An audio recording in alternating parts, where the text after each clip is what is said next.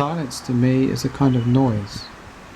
That the more you focus on so-called emptiness or void, the more you find within it, the more information you perceive.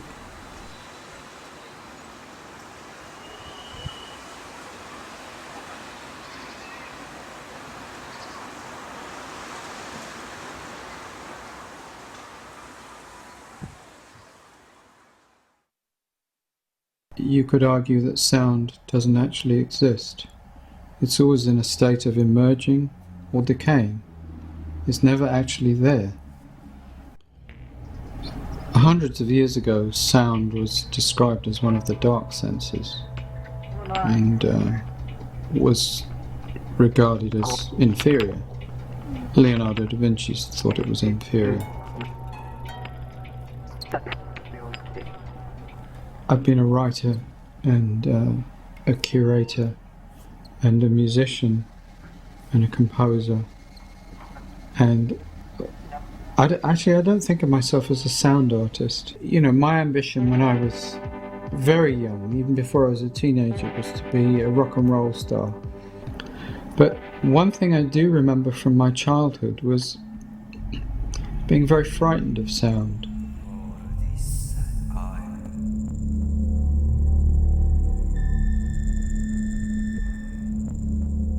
One of the characteristics of sound is that we can hear it and we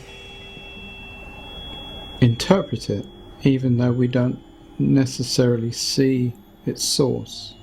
So we have good reason to distrust sound, and we have some good reason for thinking that the world of things is reliable. We can design with sound in the same way that we design with colour, or we design with line, or we design with 3 dimensions, or whatever. It basically comes down to the way you can work with sound within the digital domain, and maybe in a sense you are more of a designer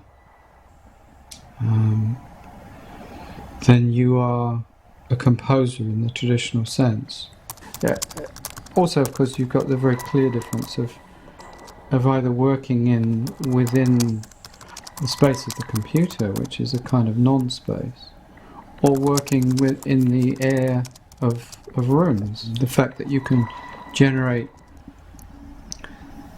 vast universes of sound, but it has no place in which it exists.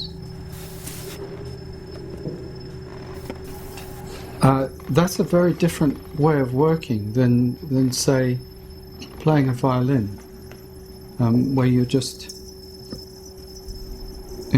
stroking a bow across a string. I could sit with a pair of cymbals and play for hours, with very fine differences of tonality and the air between the cymbals, and just the way I can shift that timbre, and all I'm doing is moving my hands and listening and making fine adjustments that actually I don't know how they're being controlled. But to do that in the digital domain would involve a huge amount of number crunching.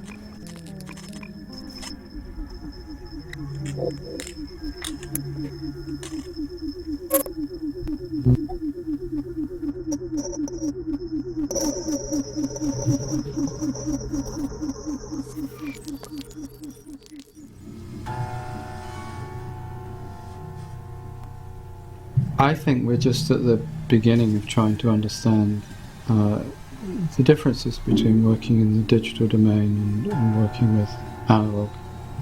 Our idea of music has expanded dramatically to include ambient sound and what an audience might consider non-musical sounds. This group I run called Unknown Devices, the Laptop Orchestra, when it was started, a lot of people bought laptop computers, and some of those people had no experience of making music. They didn't play an instrument, So the laptop was their first instrument.